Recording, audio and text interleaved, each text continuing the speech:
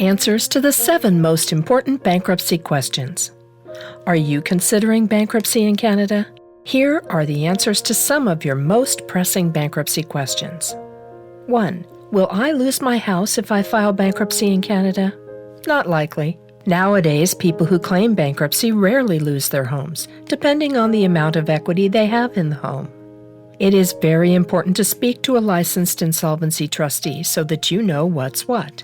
In most cases, you will also get to keep your personal belongings, household furnishings, registered pensions and RRSPs, as well as your car, and anything you use for work, such as tools.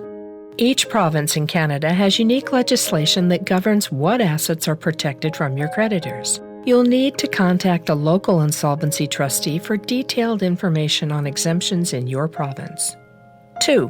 What happens when you claim bankruptcy? A licensed insolvency trustee files the paperwork. A copy of the paperwork goes to your creditors to notify them so that they can file their claim with the trustee. You'll submit monthly income and expense statements to your trustee. Plus, you'll attend 2 financial counseling sessions. Then, once you have satisfied the required items, you'll receive a discharge. Typically, it's automatic. When that happens, your debts are discharged, and you can make a fresh start. 3. How does bankruptcy affect my spouse? It doesn't, really. Collection agencies may tell you differently, but legally, your debts belong to you, and creditors cannot go after your spouse for money that you owe. Of course, if your spouse is a co-signer on the debt, that's different. Then it's their debt as well. 4. How many times can you declare bankruptcy in Canada?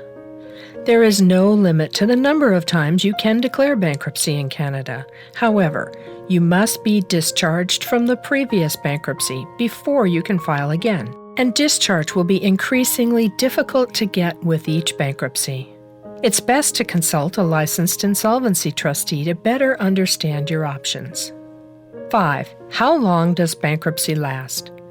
If this is your first bankruptcy, you could be discharged in as little as 9 months. If you have surplus income, that's income above the government limit set by household size, it will take 21 months. 6.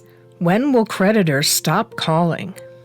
When your trustee files the bankruptcy documents on your behalf, creditors must stop contacting you directly.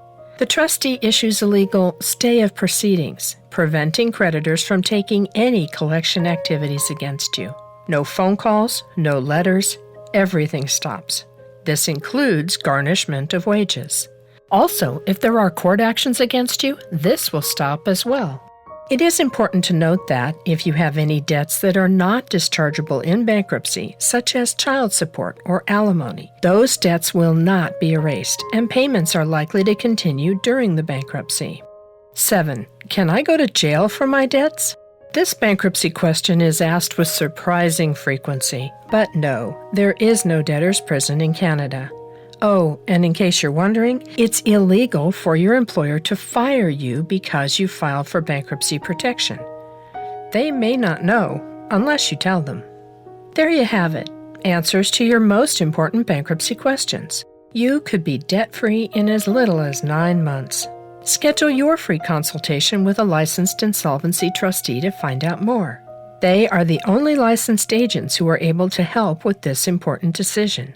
For bankruptcy information in Manitoba or Northwestern Ontario, contact LCTaylor at 1-800-463-8371.